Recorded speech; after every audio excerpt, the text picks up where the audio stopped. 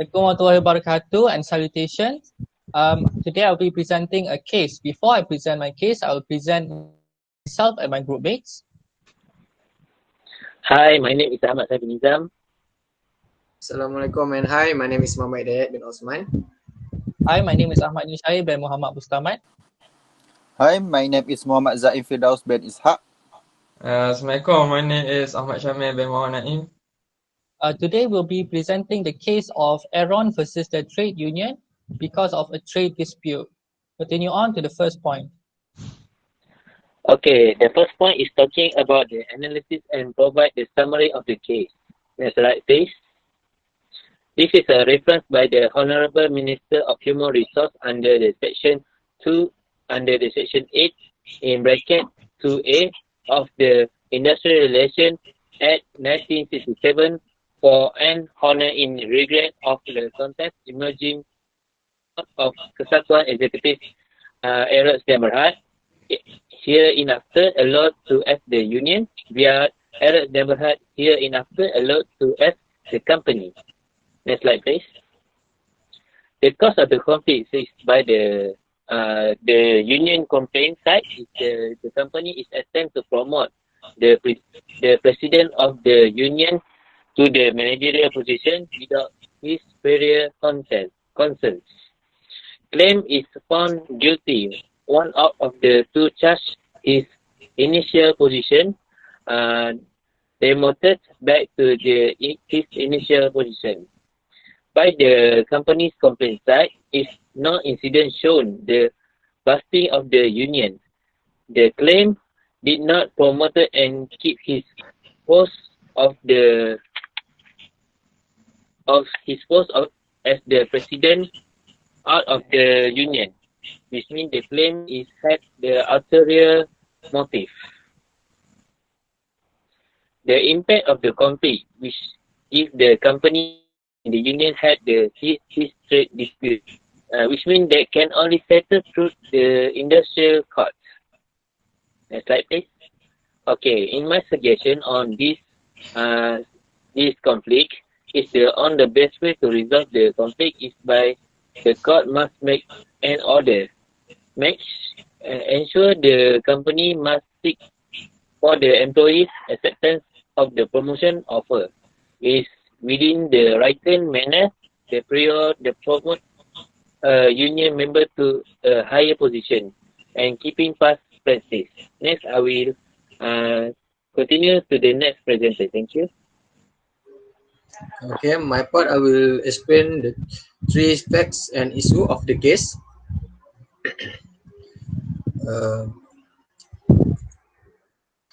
The union contended that the company had attempted to promote the president of the union without his consent to a managerial grade to hinder his participation in the lawful activities of the union and had been involved in union busting activities. The company, on the other hand, contended that it had not been involved in any busting activities as the president of a union, despite his promotion, had remained its president. It is obvious that the company had taken various steps of measures to interfere and disrupt the union's activity by attempting to promote Encik Shatiri as the union president without obtaining his agreement to the managerial grade in order to replace him outside the scope of union representation. Besides this, the company even demoted Encik Shatiri to his former post and grade when in the first place he had not accepted the said promotion.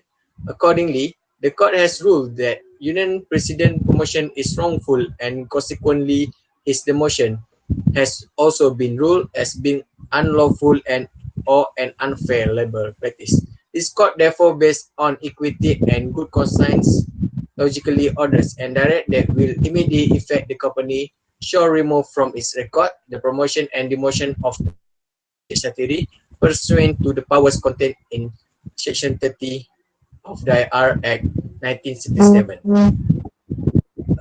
Next. Alright. Based on the dispute between Airod Sdn Bhd and the Kesatuan Eksekutif Airod, there is three facts and issue of the case. Alright, firstly, the company had taken various steps of measures to interfere and disrupt the union activity by attempting to promote Encik Satiri as the union president. Besides this, the company even demoted Encik Satiri to his former post and grade when in the first place he had not accepted the promotion. This action of the company has been actually captured in the union's complaint under section 4, 5 and 7 of IR Act 1967. It can be seen that the union has listed the following events as acts of the company disrupting the activities of the union.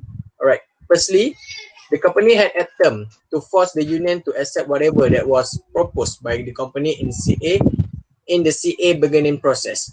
Second, when the union did not accept the company proposal, the company had stopped the check of facility. Third, members of the union were not paid salary increment for 2009, although the company had issued a notice that amongst other employees, the members of the union will also be paid increment. Next, the company had attempted to force the union to reveal the full list of its members to ensure that their names do not appear in the list of employees to be given their annual increment for 2009. On the union refusal to comply, the company threatened to report the union to Jabatan Hal Ehwal Kesatuan Sekerja. And last, the issue of the company suddenly promoting the union president to the managerial grade and trying to force him to accept the promotion and to vacate this position as the president of the union, despite him not having accepted the promotion in the first place. Alright, the second point. Next. Alright. The key dispute is with regard to the issue of the promotion and then subsequent demotion of the president of the union, Encik Satiri. Alright, it is clear that it was an offer of promotion when Encik Satiri had to indicate his acceptance by signing and returning the duplicate of copy of the letter. And it is also pertinent to note that the article and on promotion which had been agreed and signed off board of the company and the union at the time provides that if the employee selected for promotion does not sign the offer letter within 7 working days, it will be deemed that he has rejected the offer. From in the panel consider view, the articles made is very clear that a letter of promotion is merely an offer of promotion.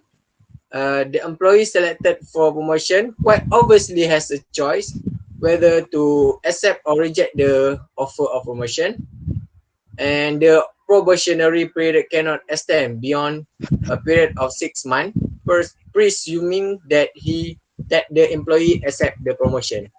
Alright, the last point. Next, please. Alright. The company did not have regard to past practice of seeking Encik Satiri concerned before carry out the promotion exercise. The company must respect and give credence and practical effect to past practice of seeking the union members' acceptance before promoting him.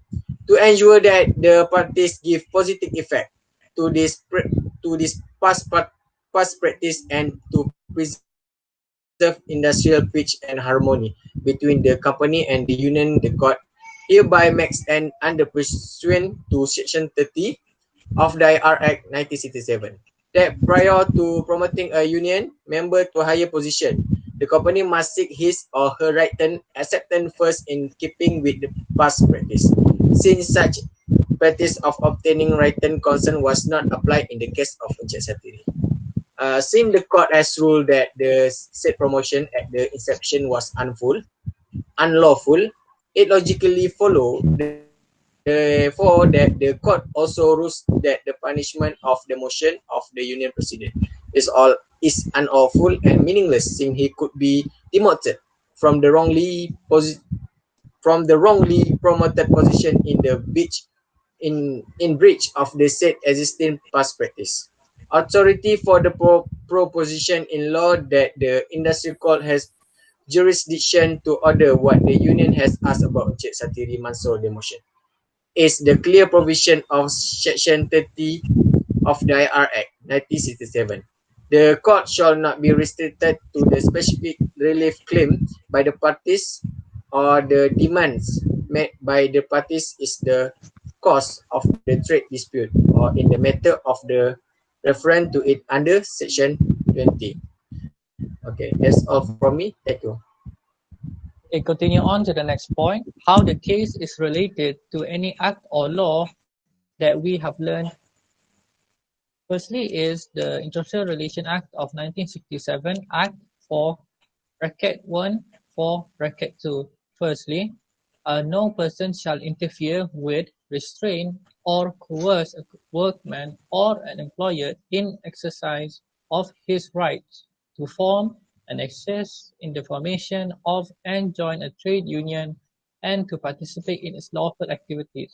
Secondly, no trade union of workmen and no trade union of employers shall interfere with each other in the establishment, functioning, administration of that trade union.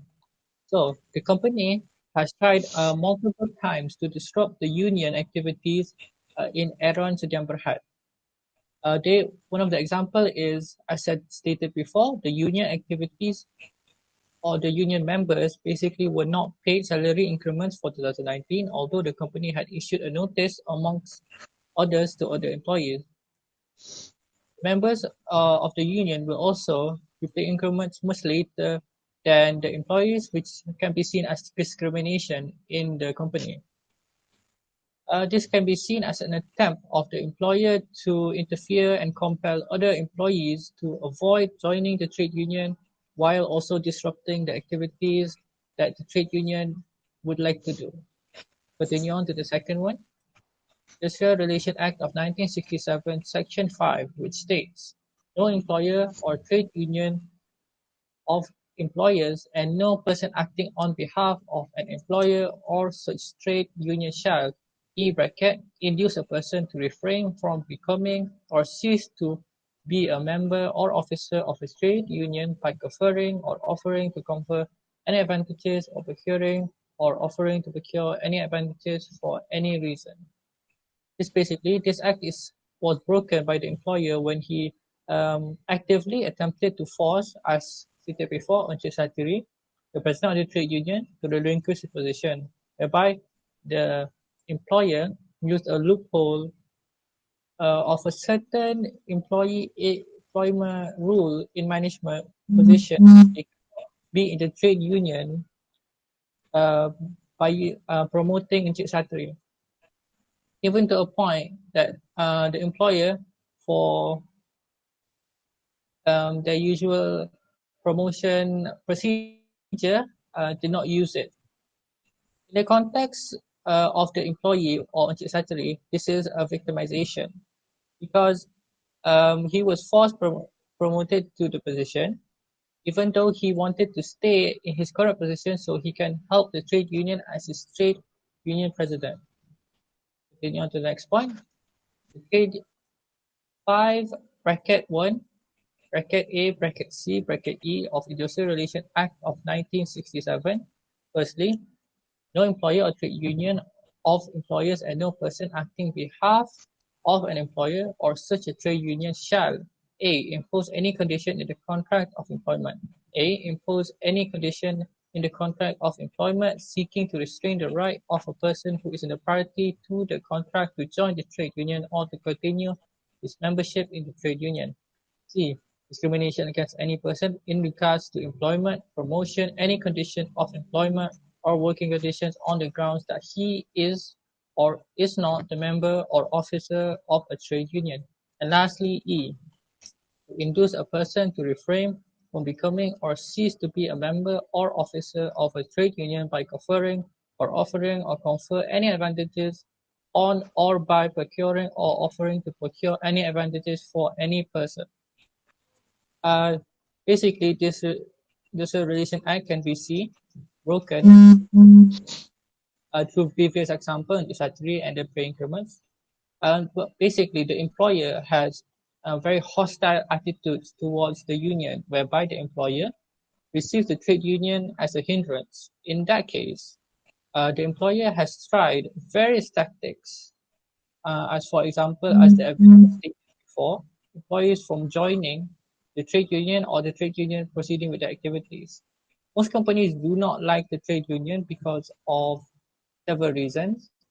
When a trade union is established, they impose additional rules that employee or employers has to follow.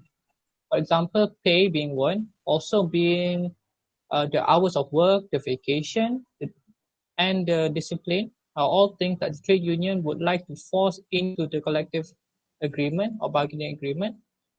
And if the employer doesn't agree, then the workers can go on strike legally.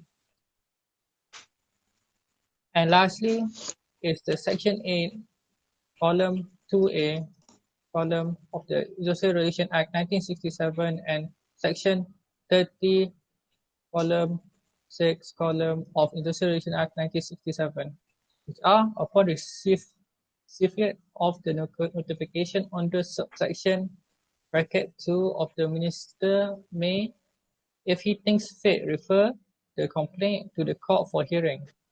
In making its award, the court shall not be restricted to specific relief claimed by the parties or to the demands made by the parties in course of the trade dispute or in the matter of the reference to it of the subsection 20 bracket 3, but may include in the award any matter or thing which it thinks necessary or expedient for the purpose of settling the trade dispute or the reference to its under subsection 20 bracket 3.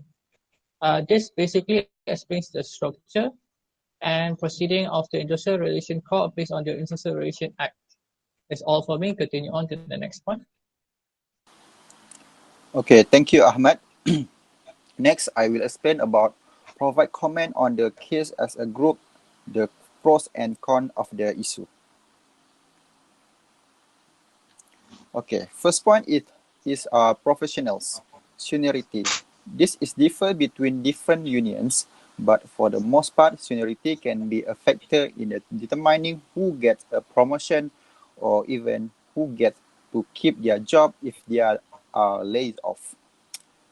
Next is rewarding employee is difficult. Since union contracts specify exact wage and rises for each position, the employee has no way to reward exceptional employee performance. Many employers without a unionized workforce have incentive plan for the employees who perform above normal expectation. This plan encourages employees to do a better job and reap the benefits. Union contract take away this incentive. Next is it's generally simple and free. Presenting a case is a far progressively more secure and can hear and hand down choice and grants in mechanical debates allowed to it by minister or straightforwardly by the parties. Next slide. Okay, next is about cons. Representative initiative is stiff-led. Union guidelines-based rise and advancement on status, not execution. This sort of the condition demoralize worker innovativeness and uniqueness. Along this line, the business is thinking of the upgrade in infancy in light of the fact and the representative has no motivation to make a superior showing. Organization become less competitive. Agreement with a worker organization can bring about generously higher wage and advantage, except its laborers become progressively profitable. Manager could be compelled to charge more significant expenses for their items, making them less serious. Next is make it harder to advance and earn laborers. Association center a great deal around the status of the labor. This frequently convert into the absence of progression for new and high-performing workers to progress. Also, it's hard to downgrade those workers who are not performing at significant level. That's all from me. Thank you. Okay, thank you, Zaim. I will continue. Solution to the case in order to overcome the issue from repeating in the future for the organization. Okay, the first point is having a clear demotion policy. A demotion policy lays out the different actions that will lead to a demotion and then details the step the company must take when the event occurs. Clearly defining this action is crucial for the employees and employers. The written policy helps employees understand why their employer demoted them. It outlines clear rationales for having a demotion policy. The employer can be exposed to various issues, ranging from legal risk to productivity loss. A demotion policy should outline legal and fair action that standardized across the company. The essential of demotion policy includes, firstly is the circumstances under which an employee may be demoted should clearly define and should be made known to all employees. The second part is, if there is any alleged violation, it should be investigated by competent authority before awarding demotion. The third part is, a provision to review the situation should be made. And the last part is, if there is any violation of rules, penalties for such violation should be awarded. Okay, the next slide. Okay, the next point is implementing integrative bargaining. Integrative bargaining is whereby both sides aim to benefit in what is seen as win-win bargaining. Both parties may bring together a list of demands by which an agreement is reached that benefits both parties. Integrative bargaining involves both parties considering the other's point of view, needs, wants, fears, and concerns. As a result, both parties either lost or gain by the same amount. The important pros of this include, the first pros is integrative bargaining does not strain the relationship between parties. Instead, it takes the parties' interests into account, leading to a strong relationship between parties. The second pros is does not provide any room for manipulation and personal strategies. The third pros is creating a sense of legitimacy and purpose for the negotiation. The last pros is, during integrative bargaining, the pros from both the parties are recognized and appreciated, thus generating a proposal that is favorable to both parties. Okay, the next slide. The last point is ensure that in the future employment agreement, provide the rights to unilaterally change certain essential terms. An employment contract can be varied in number of ways, such as mutual agreements by unilateral imposition of new terms or by dismissal and re-engagement on new terms. Promotion is an ideal time to change contractual terms and conditions, as when someone is promoted, he or she is in effect of accepting an offer of working under new contract of employment. Variation can be made orally or in writing form, but written agreements are essential in order to minimize any later dispute as to what was agreed. Alternatively, the contractual terms may be wide enough to cover any proposed change, i.e. a minor change in role or hours may be within the job description. Okay, that's all from us. Thank you very much.